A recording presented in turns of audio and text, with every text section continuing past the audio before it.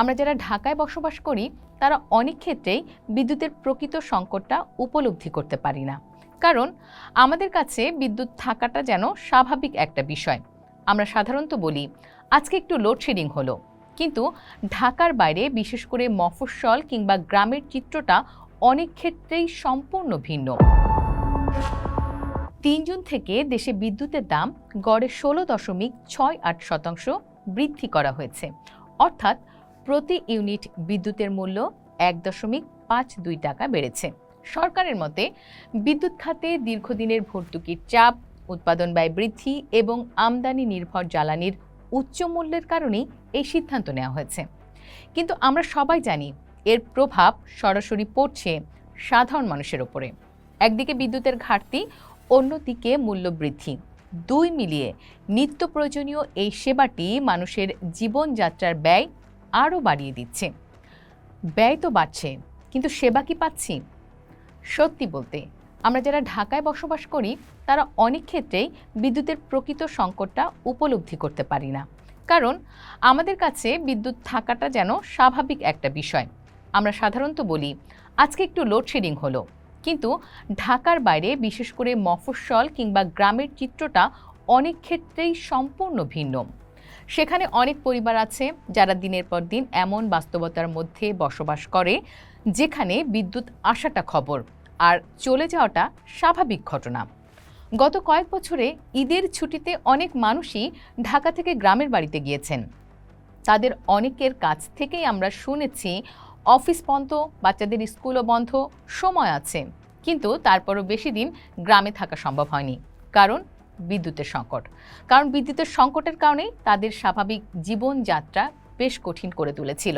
প্রত্যন্ত জেলা উপজেলাগুলোতে গড়ে 3 থেকে 4 ঘন্টাও বিদ্যুৎ পায় না মানুষ। 2026 সালে এসে যখন আমরা স্মার্ট বাংলাদেশ, ডিজিটাল সেবা, কৃত্রিম বুদ্ধিমত্তা আর প্রযুক্তিগত উন্নয়নের কথা বলছি, তখনও দেশের অনেক মানুষ নিয়মিত ও নিরবিচ্ছিন্ন বিদ্যুতের সুবিধা থেকে বঞ্চিত। বিষয়টি শুধু উন্নয়নের নয়, এটি জীবন মানের প্রশ্ন।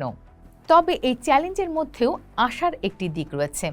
দেশের অনেক মানুষ যারা জেলা উপজেলাগুলোতে বাস করছেন, বিশেষ করে যারা কিছুটা আর্থিকভাবে সক্ষম, তারা বিকল্প হিসেবে সৌর বিদ্যুতের দিকে ঝুঁকছেন। বাড়ির ছাদে কয়েকটি সোলার প্যানেল বসিয়ে অন্তত আলো, ফ্যান, মোবাইল চার্জিং কিংবা প্রয়োজনীয় কিছু বৈদ্যুতিক যন্ত্র চালিয়ে নিজেদের দৈনন্দিন চাহিদার একটি অংশ পূরণ করছেন। অর্থাৎ মানুষ নিজেরাই সমস্যার সমাধান খুঁজে নিচ্ছেন। তবে এই পরিস্থিতি আমাদের একটি গুরুত্বপূর্ণ বার্তা দিচ্ছে। জ্বালানি নিরাপত্তা ও দীর্ঘমেয়াদী স্থিতিশীলতার জন্য এখন নবায়নযোগ্য জ্বালানির দিকে আরও বেশি গুরুত্ব দেওয়া প্রয়োজন। সৌরশক্তি, বায়ুশক্তি এবং অন্যান্য পরিচ্ছন্ন জ্বালানির ব্যবহার বাড়াতে পারলে আমরা আমদানি নির্ভরতা কমাতে পারব, বিদ্যুৎ খাতের ওপর চাপ কমবে এবং ভবিষ্যতের জন্য একটি টেকসই জ্বালানি ব্যবস্থা গড়ে তোলা সম্ভব হবে। বাংলাদেশের সৌরশক্তির সম্ভাবনা আসলে অনেক বড়। ভৌগোলিক অবস্থানের কারণে বছরে প্রায় 300 দিনেরও বেশি সময় আমরা পর্যাপ্ত সূর্যালোক পাই। বিশ্বের অনেক দেশ আজ তাদের বিদ্যুৎ ব্যবস্থার বড় অংশ সৌরশক্তির মাধ্যমে পরিচালনা করছে। চীন বর্তমানে বিশ্বের সবচেয়ে বড় সৌরশক্তি উৎপাদক দেশ। ভারতও গত 1 দশকে ব্যাপক হারে সৌর বিদ্যুৎ উৎপাদন বাড়িয়েছে। এমনকি মধ্যপ্রাচ্যের দেশগুলো যারা একসময় শুধু তেল ও গ্যাসের উপর নির্ভরশীল ছিল, তারাও এখন সৌরশক্তিতে বড় বিনিয়োগ করছে। বাংলাদেশে সৌরবিদ্যুৎ নিয়ে কাজ এখন শুধু একটি প্রতিষ্ঠানের মধ্যে সীমাবদ্ধ নেই। ইতোমধ্যে বেশ কিছু প্রতিষ্ঠান এই খাতে কাজ করছে। তাদের মধ্যে অন্যতম হল ওমেরা সোলার। প্রতিষ্ঠানটির তথ্য অনুযায়ী বর্তমানে তাদের বার্ষিক উৎপাদন সক্ষমতা প্রায় 600 মেগাওয়াট। সেখানে আন্তর্জাতিক মানের অনগ্রিড, অফগ্রিড সৌর প্যানেল তৈরি করা হয়।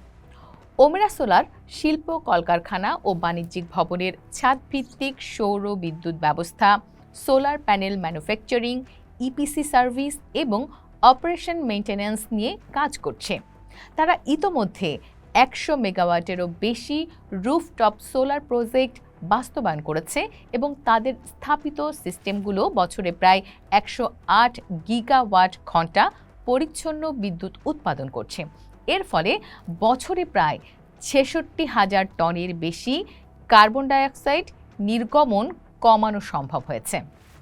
এছাড়া সোলারিক নিজেকে বাংলাদেশের ইন্ডাস্ট্রিয়াল রুফটপ সোলার খাতের বড় প্রতিষ্ঠান হিসেবে তুলে ধরছে এবং ক্যাপএক্স ও ওপেক্স মডেলে শিল্প প্রতিষ্ঠানের ছাদে সোলার সিস্টেম স্থাপন করছে।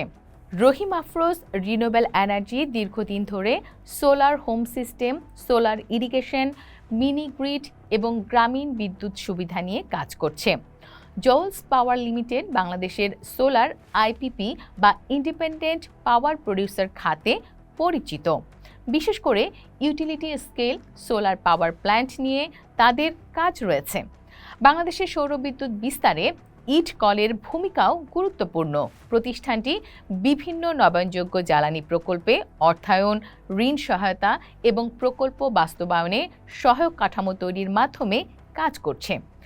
বিশেষ করে গ্রামীণ এলাকায় সোলার হোম সিস্টেম ছড়িয়ে দেওয়া, রুফটপ সোলার এবং ক্লিন এনার্জি উদ্যোগে অর্থায়নের মাধ্যমে ইটকল বাংলাদেশের সৌর বিদ্যুৎ খাতকে এগিয়ে নিতে গুরুত্বপূর্ণ ভূমিকা রাখছে।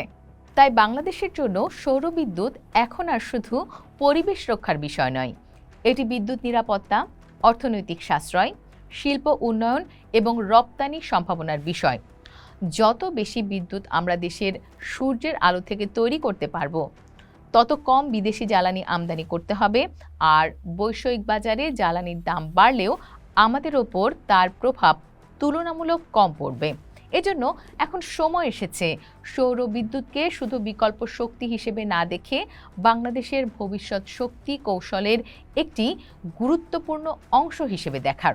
এর ফলে হয়তো আগামী দিনের বাংলাদেশে এমন একটি বাস্তবতা তৈরি হতে পারে যেখানে গ্রামের মানুষ বিদ্যুতের জন্য আর অপেক্ষা করবে না, কারণ তখন কারখানার ছাদ, স্কুলের ছাদ, হাসপাতালের ছাদ এবং সরকারি ভবনগুলোর শুধু স্থাপনা নয়, একই সঙ্গে বিদ্যুৎ উৎপাদনের কেন্দ্র হিসেবেও কাজ করবে।